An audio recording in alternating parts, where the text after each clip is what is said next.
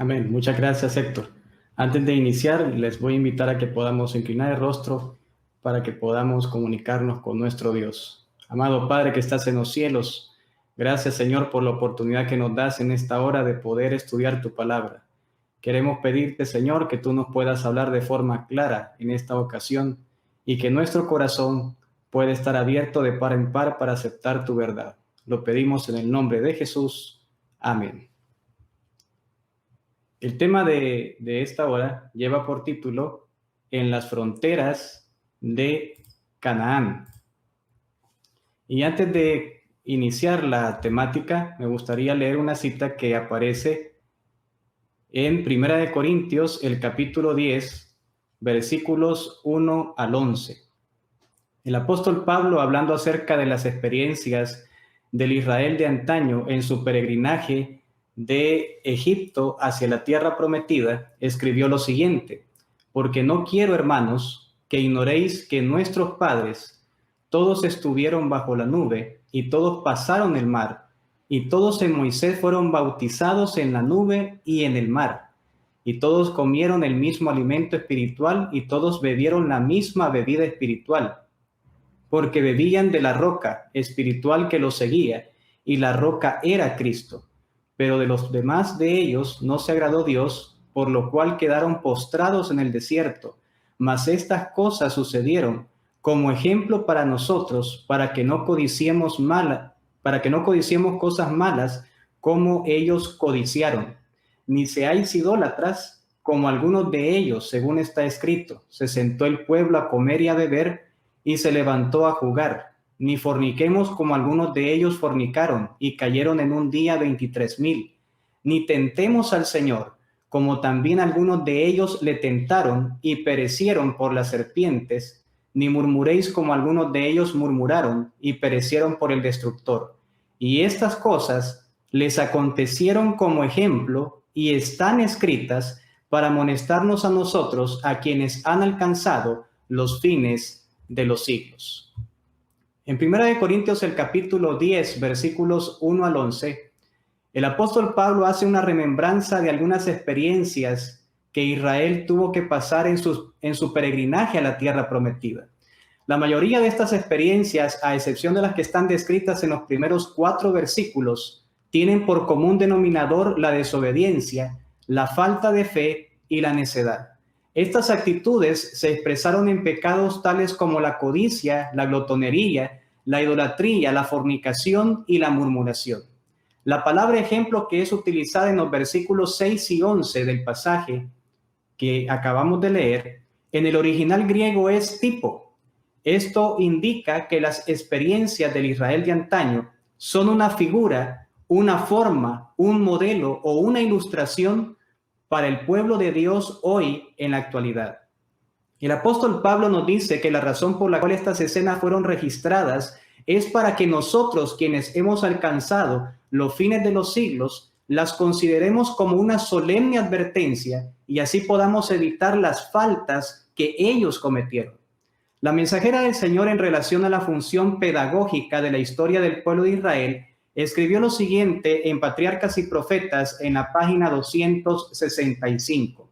Ella dijo: la historia de la vida de Israel en el desierto fue escrita para beneficio del Israel de Dios hasta el fin del tiempo. El relato de cómo trató Dios a los peregrinos en todo su recorrido por el desierto, en su exposición al hambre, a la sed y al cansancio, y en las grandiosas manifestaciones de su poder para aliviarlos, está lleno de advertencias e instrucciones para su pueblo de todas las edades. Las variadas experiencias de los hebreos eran una escuela destinada a prepararlos para su prometido hogar en Canaán. Dios quiere que su pueblo en estos días repase con corazón humilde y espíritu dócil las pruebas a través de las cuales el Israel antiguo tuvo que pasar para que lo ayuden en su preparación para la Canaán celestial. Al repasar la historia del movimiento adventista, nos daremos cuenta que esta es un reflejo de las victorias y derrotas que experimentó el pueblo de Israel desde su éxodo hacia Canaán. En la década de 1930, Taylor G. Bunch, un reconocido pastor y escritor adventista, afirmó lo siguiente en relación a este interesante paralelismo, al paralelismo entre el Israel de antaño y el movimiento adventista. En su libro, El Éxodo en tipo y antitipo, páginas 2 y 3, él declaró lo siguiente: la Biblia es un libro de acontecimientos y movimientos paralelos, de tipos y sus antitipos. Esto hace de la Biblia un libro actualizado del Génesis al Apocalipsis hasta el fin mismo de la historia humana.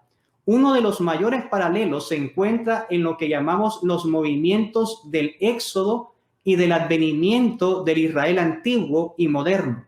Estos son los dos movimientos religiosos más grandes de toda la historia. Por su parte, la mensajera del Señor nos muestra en sus escritos la validez de este símil. En la matutina Alza tus ojos, en la página 230, ella dijo lo siguiente: la historia de los hijos de Israel fue escrita para nuestra admonición e instrucción, a quienes han alcanzado los fines de los siglos.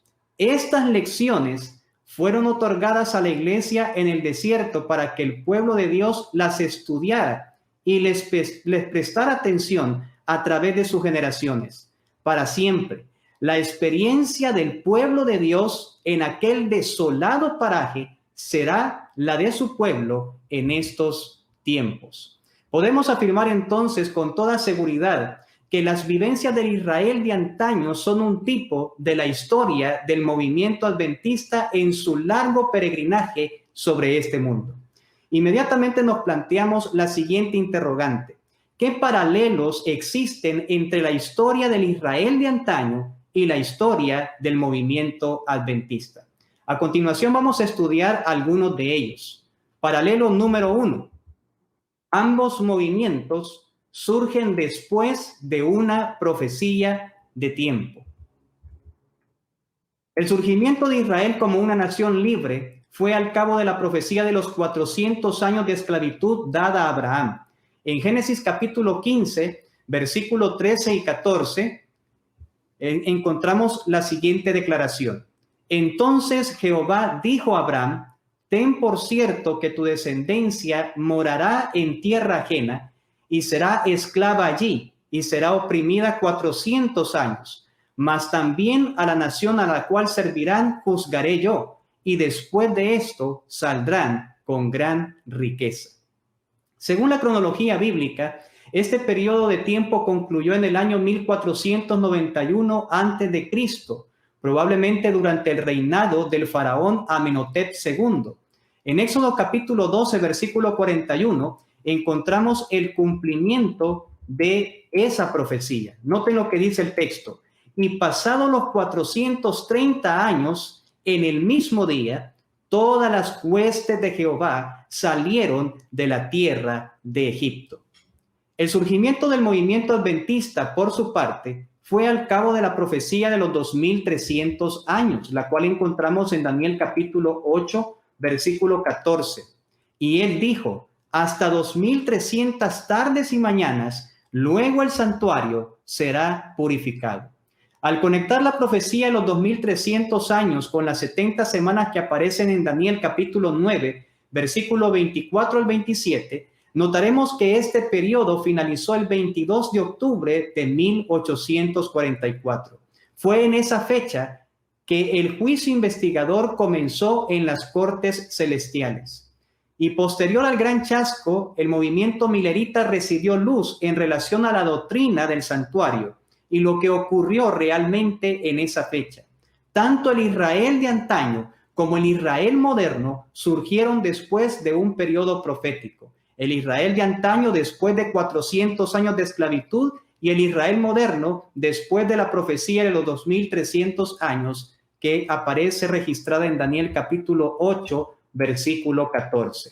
Paralelo número 2. Ambos movimientos fueron liberados para obedecer la ley de Dios. El Israel de antaño fue liberado de Egipto para obedecer la santa ley de Dios. El salmista lo expresó así en el Salmo 105, versículo 43 y 45. Sacó a su pueblo con gozo, con júbilo a sus escogidos, para que guardasen sus estatutos y cumpliesen sus leyes. Aleluya, escribió el salmista. Por su parte, el movimiento adventista fue liberado de Babilonia con la proclamación del segundo ángel de Apocalipsis capítulo 14 en 1844. Elena de White, en relación al cumplimiento histórico del mensaje del segundo ángel, escribió lo siguiente en Historia de la Redención, páginas 382 y 383. Cuando las iglesias desdeñaron el consejo de Dios al rechazar el mensaje adventista, el Señor a su vez las rechazó. El primer ángel fue seguido por un segundo que proclamaba: ha caído Babilonia, la gran ciudad, porque ha hecho beber a todas las naciones del vino del furor de su fornicación. Los adventistas entendieron que este mensaje era un anuncio de la caída moral de las iglesias como consecuencia de su rechazamiento del primer mensaje. La proclama "ha caído Babilonia" se dio en el verano de 1844 y como resultado de ella, cerca de 50,000 personas abandonaron esas iglesias. La razón por la cual Dios levantó a un remanente en el tiempo del fin fue para que éste exaltara su ley, así como liberó al Israel de antaño de Egipto para que obedecieran sus mandamientos. Notemos cómo el vidente de Patmos describe al Israel del tiempo del fin en Apocalipsis capítulo 14, versículo 12. Aquí está la paciencia de los santos, declaró Juan, los que guardan los mandamientos de Dios y la fe de Jesús. Dios levantó a un pueblo para que pudiese exaltar la bandera de los 10 mandamientos, para que pudiese exaltar la ley de Dios en este tiempo, en el tiempo del fin. Los adventistas recibieron luz acerca de la ley de Dios en el año de 1848, es decir, 4 años después de que fueron liberados de la confusión doctrinal de las iglesias protestantes de aquella época. Paralelo número 3. Ambos movimientos tuvieron un profeta en su medio. Dios levantó a Moisés como líder y profeta para que pudiese dirigir al pueblo de Israel. En Oseas el capítulo 12, versículo 13, encontramos la siguiente declaración: y por un profeta Jehová hizo subir a Israel de Egipto, y por un profeta fue guardado. Moisés pereció en la frontera misma de la tierra prometida. No obstante, antes de morir, Dios le dio todas las instrucciones necesarias para conducir a Israel y establecerlo en Canaán. En los últimos capítulos de la historia de este mundo, Dios levantaría un pueblo con 2 características fundamentales. El apóstol Juan nos muestra cuáles son esas características en Apocalipsis 12:17. Entonces el dragón se llenó de ira contra la mujer y se fue a hacer guerra contra el resto de la descendencia de ella, los que guardan los mandamientos de Dios y tienen el testimonio de Jesucristo. Inmediatamente surge la siguiente pregunta en nuestra mente: ¿qué es el testimonio de Jesucristo? El testimonio de Jesucristo, según el pasaje que acabamos de leer, es parte fundamental de las características de remanente final de Dios para este tiempo. ¿En qué consiste el testimonio de Jesús? Para responder a esa pregunta, tenemos que leer el siguiente pasaje que está en Apocalipsis capítulo 19, versículo 10. Yo me postré a sus pies para adorarle, y él me dijo: mira, no lo hagas. Yo soy consiervo tuyo y de tus hermanos que retienen el testimonio de Jesús. Adora a Dios, porque el testimonio de Jesús es el espíritu de la profecía.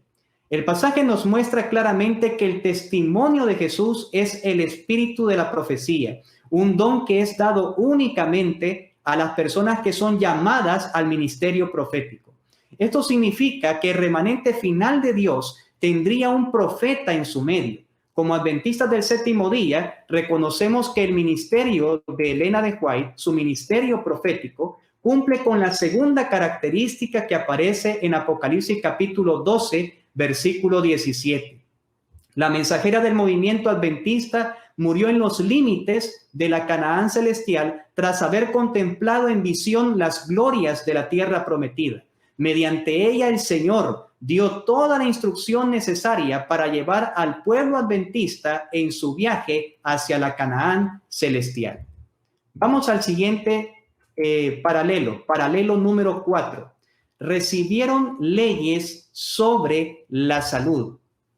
Dios le dio a Israel, al Israel de antaño, leyes de salud para que no se enfermasen en el desierto. Vean lo que dice Éxodo capítulo 15, versículo 26. Si oyeres atentamente la voz de Jehová tu Dios, e hicieres lo recto delante de sus ojos, y dieres oído a sus mandamientos, y guardares todos sus estatutos, ninguna enfermedad de las que envía a los egipcios te enviaré a ti, porque yo soy Jehová, tu sanador. El Señor no solamente les dio leyes, sino que también les proveyó una dieta saludable a través del maná.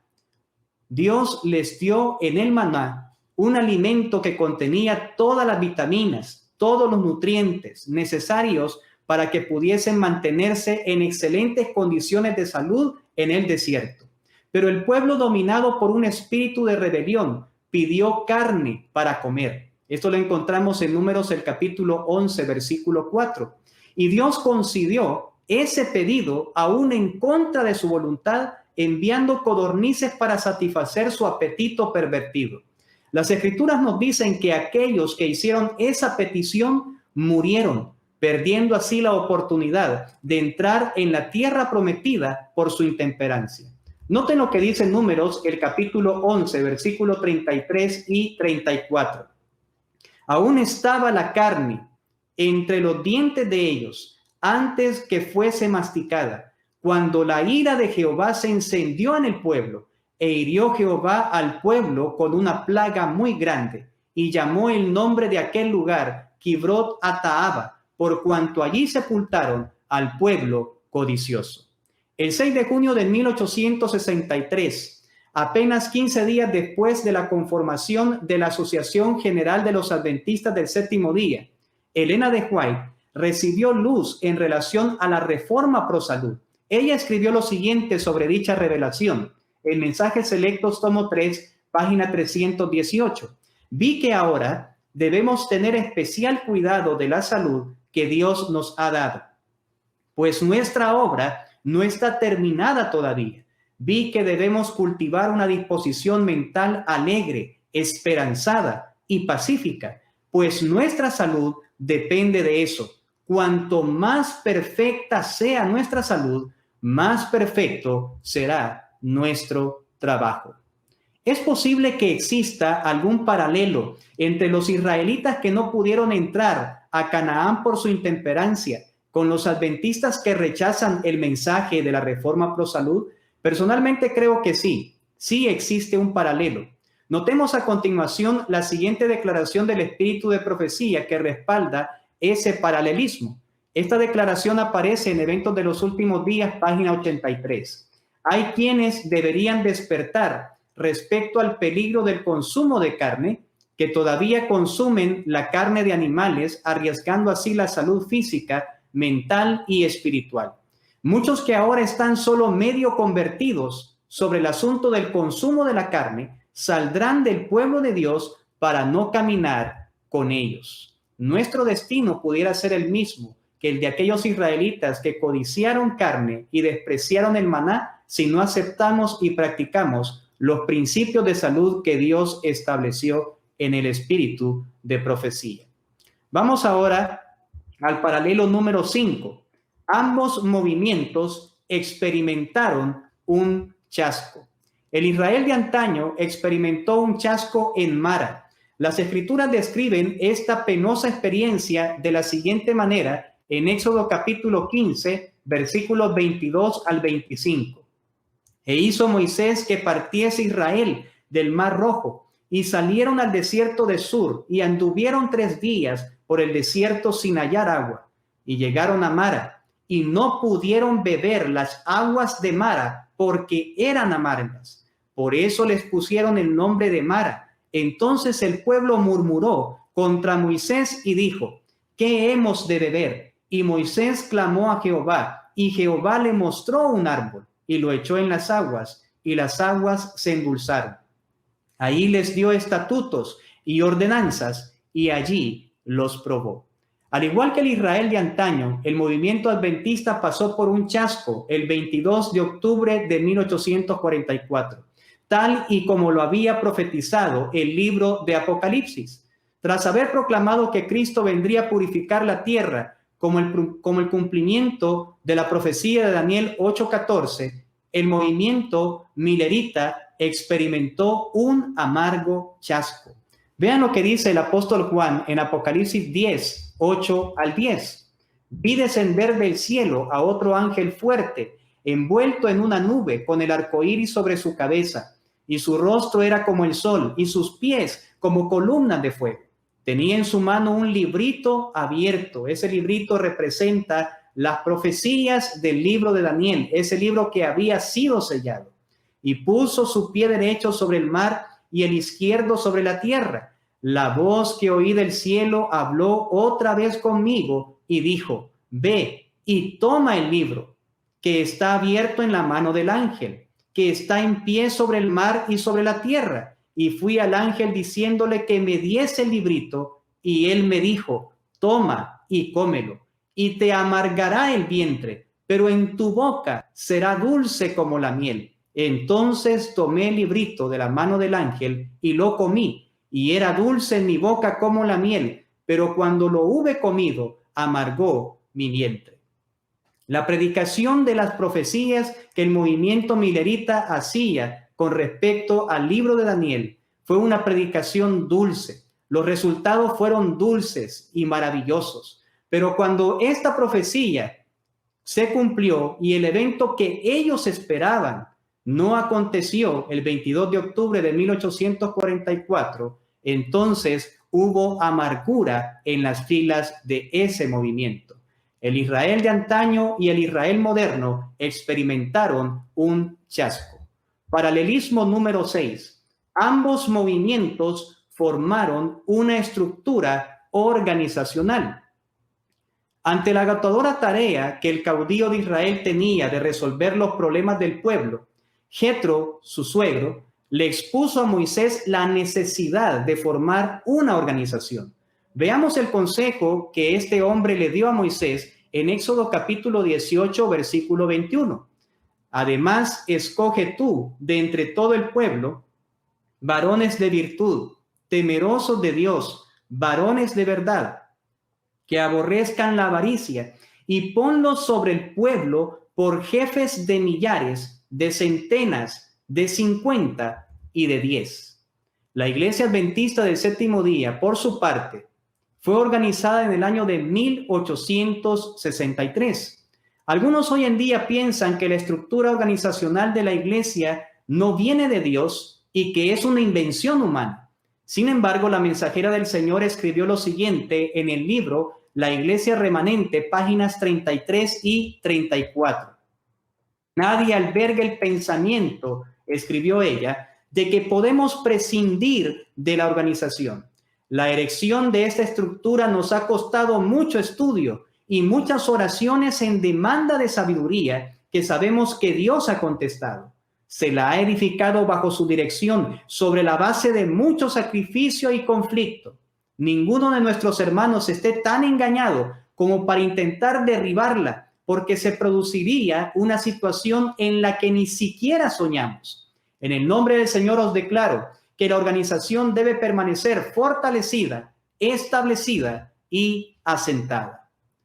Los que administran y dirigen la organización pueden cometer errores. Al fin y al cabo, nadie es infalible.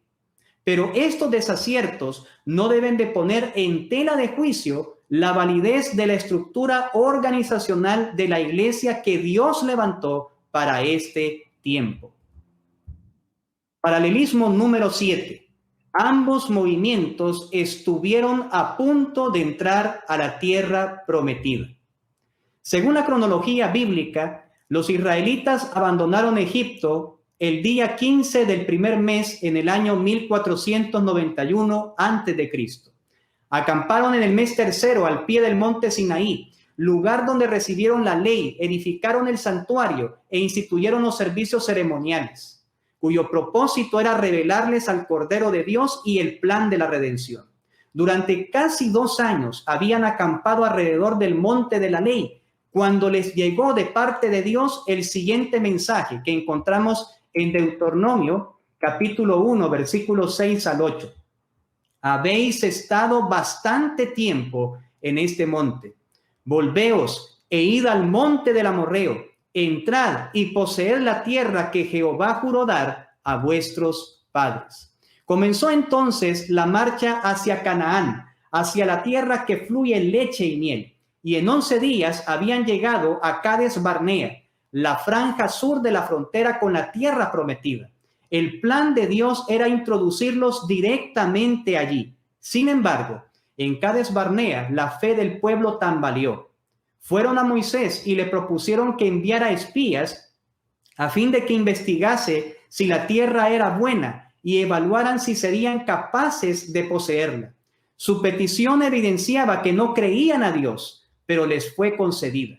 Se eligió una comisión de 12 hombres y después de 40 días de reconocimiento regresaron con las muestras de los frutos e informaron al pueblo cómo era la tierra, una tierra que producía leche y miel, una tierra buena en gran manera. La comisión estaba dividida en 2 bandos. 10 declararon que no serían capaces de poseer la tierra y 2 confiaron en las promesas divinas para conquistar esa tierra. Dejando a Dios fuera de sus cálculos, el grupo de 10 dirigió únicamente su atención en sus propias obras, en su organización, y concluyeron que la empresa era inalcanzable. Su informe trajo gran desaliento y el pueblo lloró y amenazó con designar a un capitán que los llevara de nuevo a Egipto. ¿Cuál fue el informe de estos 10 espías? El informe que dieron al pueblo. Veamos lo que Números capítulo 13, versículos 27 al 29 y versículo 31 nos dice en relación a ese informe. Y les contaron diciendo: nosotros llegamos a la tierra a la cual nos enviaste, la que ciertamente fluye leche y miel, y este es el fruto de ella. Mas el pueblo que habita aquella tierra es fuerte, y las ciudades muy grandes y fortificadas. Y también vimos allí a los hijos de Anac. Amalec habita en el Negev, y el Eteo, el Jebuseo y el Amorreo habitan en el monte, y el Cananeo habita junto al mar y a la ribera del Jordán. Y el versículo 31 declara: no podremos subir contra aquel pueblo porque es más fuerte que nosotros. Ahora notemos lo que Josué y Caleb, los otros 2 espías restantes, le dijeron al pueblo. El informe de estos 2 valientes estaba lleno de fe y confianza en las promesas de Dios. En Números capítulo 14, versículos 6 al 9, estos 2 hombres dijeron: y Josué, hijo de Num, y Caleb, hijo de Jefoné, que eran de los que habían reconocido la tierra, rompieron vestidos y hablaron a toda la congregación de los hijos de Israel diciendo: la tierra por donde pasamos para reconocerla es tierra en gran manera buena. Si Jehová se agradare de nosotros, él nos llevará a esta tierra y nos la entregará, tierra que fluye leche y miel. Por tanto, no seáis rebeldes contra Jehová, ni temáis al pueblo de esta tierra, porque nosotros los comeremos como pan. Su amparo se ha apartado de ellos, y con nosotros está Jehová. No les temáis. ¿Cuál fue la reacción del pueblo después de escuchar este poderoso mensaje de labios de Josué y Caleb? Las escrituras nos dicen que el pueblo manifestó oprobio y rechazo contra estos 2 jóvenes y su informe. Veamos lo que nos dice en Números capítulo 14, versículo 10. Entonces toda la multitud habló de apedrearlos. Debido a la rebelión del pueblo, la ira del Señor se encendió y sentenció a que ninguno de aquellos que al salir de Egipto tenía una edad igual o superior a los 20 años entraría en la tierra prometida, a excepción de Josué y Caleb. La incredulidad fue la razón por la cual el pueblo no pudo entrar a Canaán y fueron destinados a vagar por el desierto por 40 años más. En Hebreos el capítulo 3, versículos 17 al 19, el apóstol Pablo declaró lo siguiente: ¿y con quiénes estuvo él disgustado 40 años? ¿No fue con los que pecaron, cuyos cuerpos cayeron en el desierto? ¿Y a quienes juró que no entrarían en su reposo, sino a aquellos que desobedecieron? Y vemos que no pudieron entrar a causa de su incredulidad. ¿Existirá alguna evidencia histórica que la Iglesia Adventista del Séptimo Día experimentó, al igual que el Israel de antaño, un Cades Barnea? La respuesta es sí. Lastimosamente, nuestra iglesia pasó por una experiencia similar. El movimiento adventista alcanzó su Cades Barnea en la asamblea de Minneapolis, celebrada en el otoño de 1888. Es interesante notar que en los años antes de 1888, la mensajera del Señor declaró en repetidas ocasiones que la iglesia se encontraba en los límites de este mundo, a punto de entrar a la Canaán celestial. A continuación, quiero compartir con ustedes algunas citas que Elena de White escribió en los años que precedieron a 1888. En 1879, ella declaró lo siguiente: estamos ahora en los mismos umbrales del mundo eterno. En 1881, ella dijo: el tiempo se acaba, la eternidad se aproxima. En 1885, ella escribió: pero ahora estando en el mismo umbral del mundo eterno. Estas declaraciones pueden encontrarse en los tomos 4 y 5 de Testimonios para la Iglesia. Estas declaraciones, sin duda alguna, fueron el antitipo del mensaje que Dios le dio a Israel justo antes de llegar a Cades Barnea. Ese mensaje que leímos hace unos minutos en Deuteronomio capítulo 1, versículos 6 al 8. Habéis estado bastante tiempo en este monte. Volveos e id al monte del Amorreo. Entrad y poseed la tierra que Jehová juró dar a vuestros padres. ¿Qué ocurrió en la asamblea de Minneapolis de 1888? En Testimonios para los Ministros, en la página 91 y 92, Elena de White nos habla acerca de lo que ocurrió en ese congreso. Noten lo que dice esa cita. En su gran misericordia, el Señor envió un preciosísimo mensaje a su pueblo por medio de los pastores Waggoner y Jones. Este mensaje tenía que presentar en forma más destacada ante el mundo al sublime Salvador, al sacrificio por los pecados del mundo entero.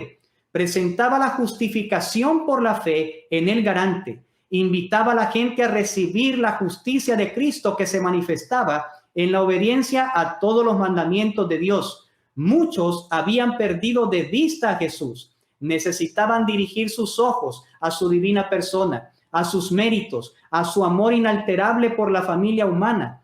Todo el poder es colocado en sus manos y Él puede dispensar ricos dones a los hombres, impartiendo el inapreciable don de su propia justicia al desvalido agente humano. Este es el mensaje que Dios ordenó que fuera dado al mundo. Es el mensaje del tercer ángel que ha de ser proclamado en alta voz y acompañado por el abundante derramamiento de su espíritu. En aquella época, a finales del siglo XIX, la iglesia había caído en un legalismo extremo.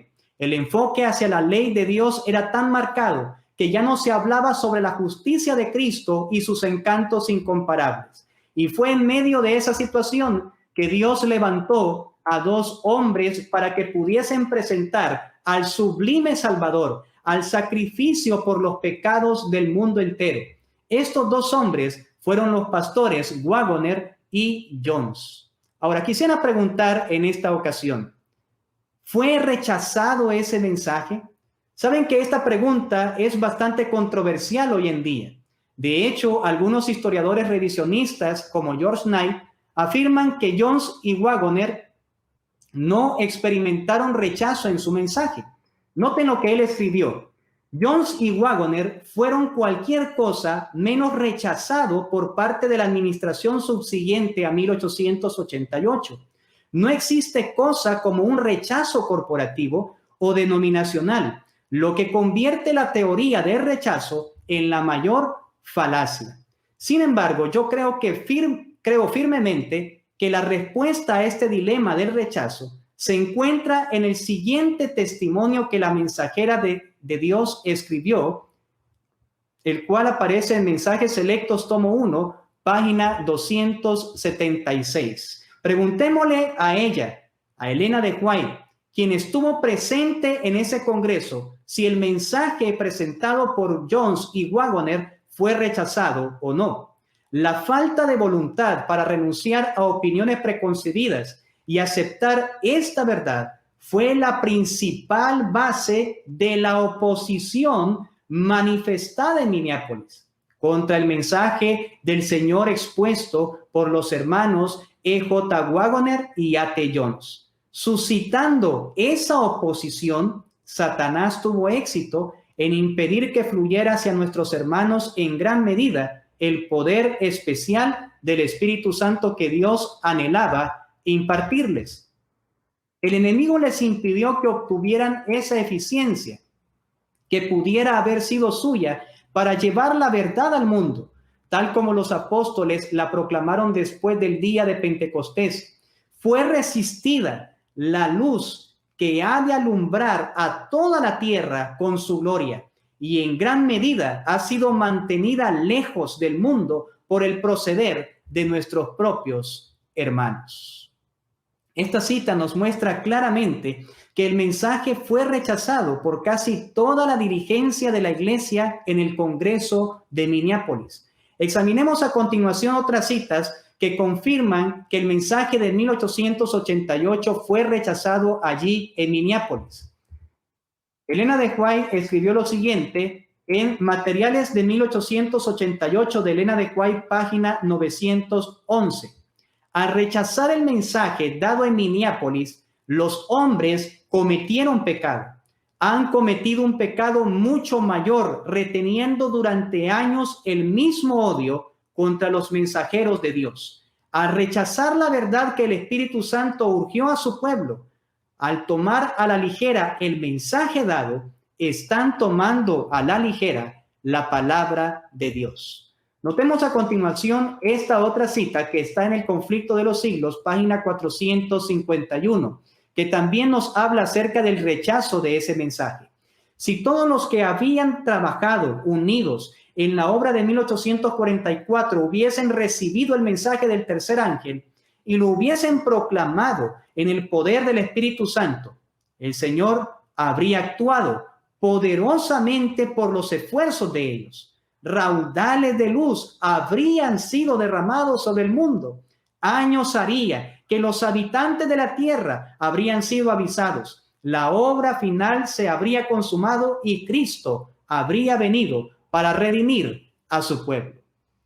Es un hecho innegable, a la luz de las dos citas que anteriormente se han expuesto, que al igual que el informe de Josué y Caleb, el mensaje que el Señor dio a su iglesia por medio de los pastores Wagoner y Jones fue rechazado por la mayoría de los delegados en el Congreso de Minneapolis. El mismo A.T. Jones declaró lo siguiente con respecto a este asunto: no puedo ahora nombrar a ninguno que aceptara allí definida y abiertamente la verdad de la justicia por la fe. Como resultado de este rechazo, el mensaje de justificación por la fe no fluyó por completo hacia la hermandad, como tuvo que haberlo hecho.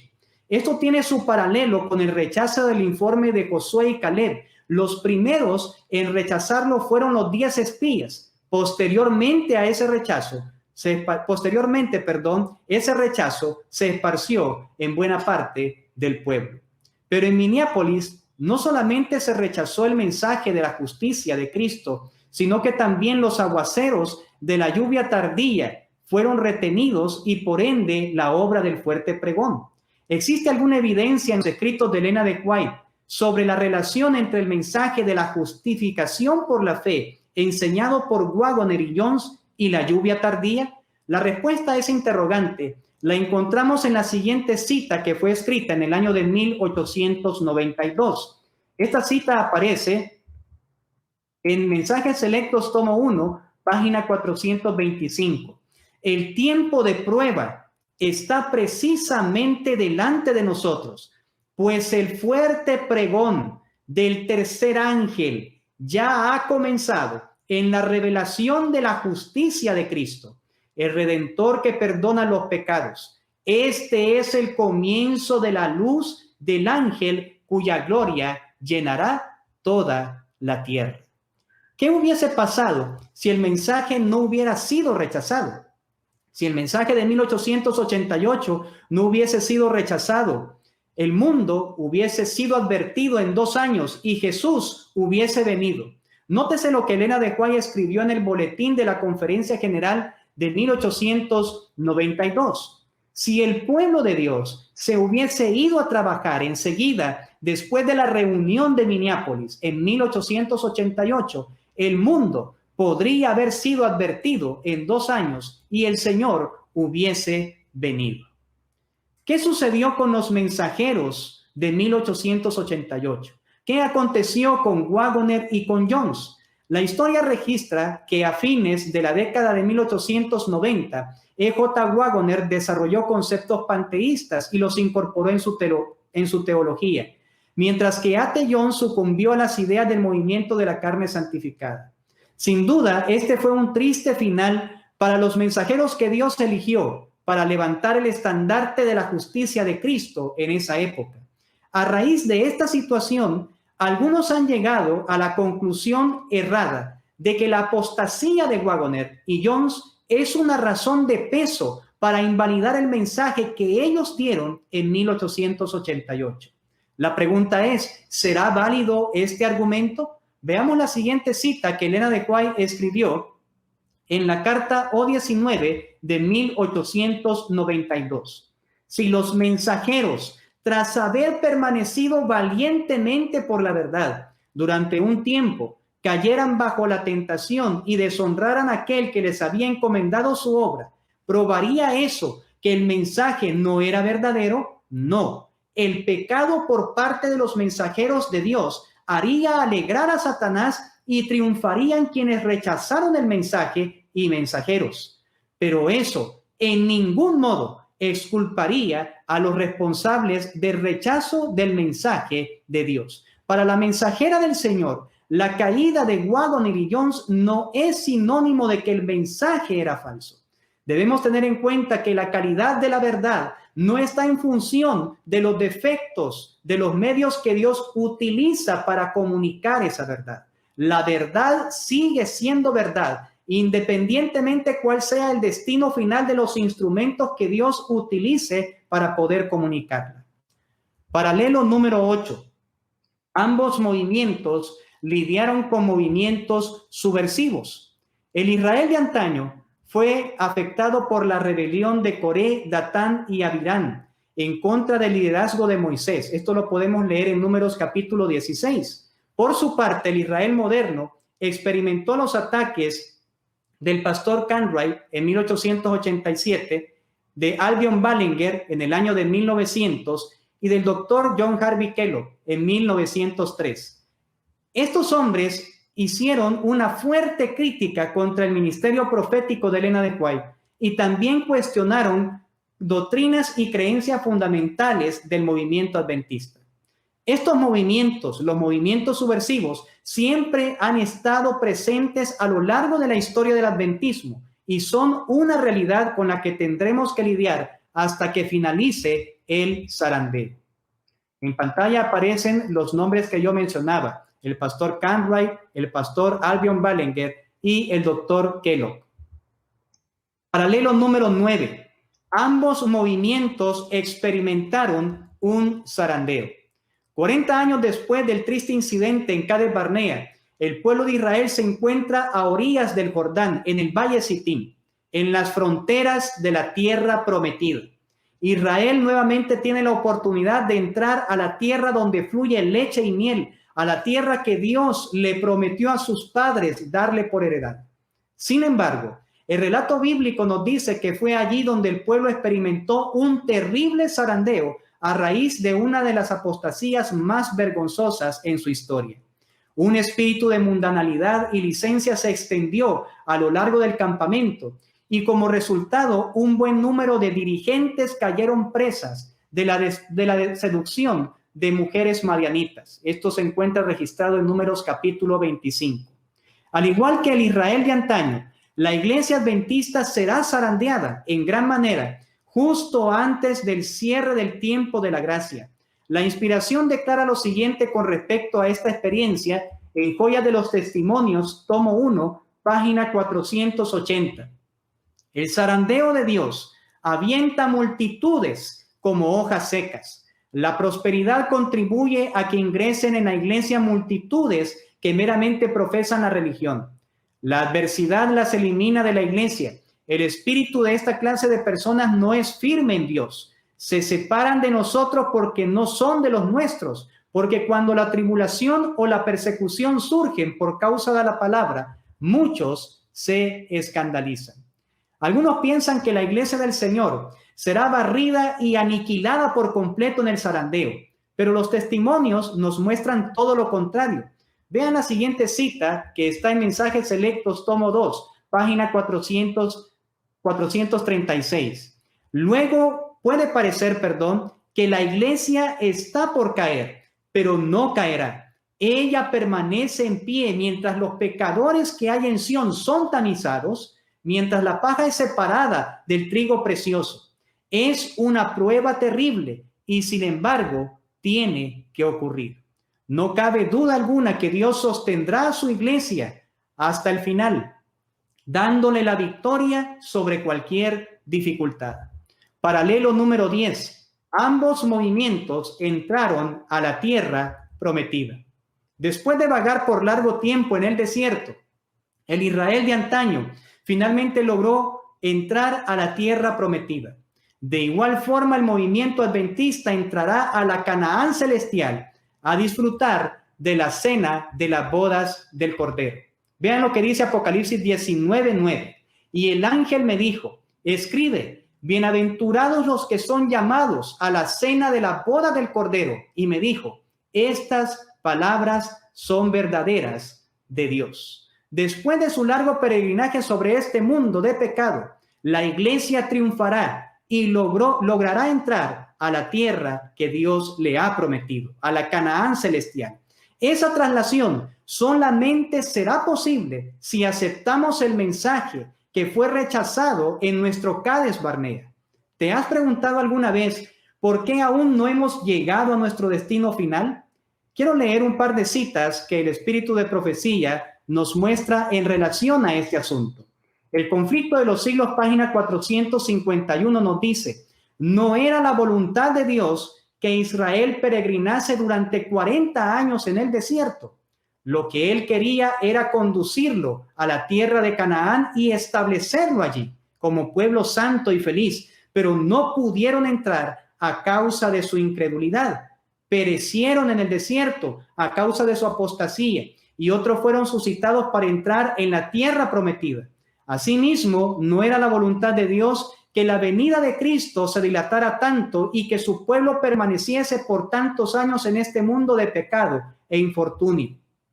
Pero la incredulidad los separó de Dios. Como se negara a hacer la obra que le había señalado, otros fueron los llamados para proclamar el mensaje por misericordia para con el mundo. Jesús difiere su venida para que los pecadores tengan oportunidad de oír el aviso y de encontrar amparo en él antes que se desate la ira de Dios.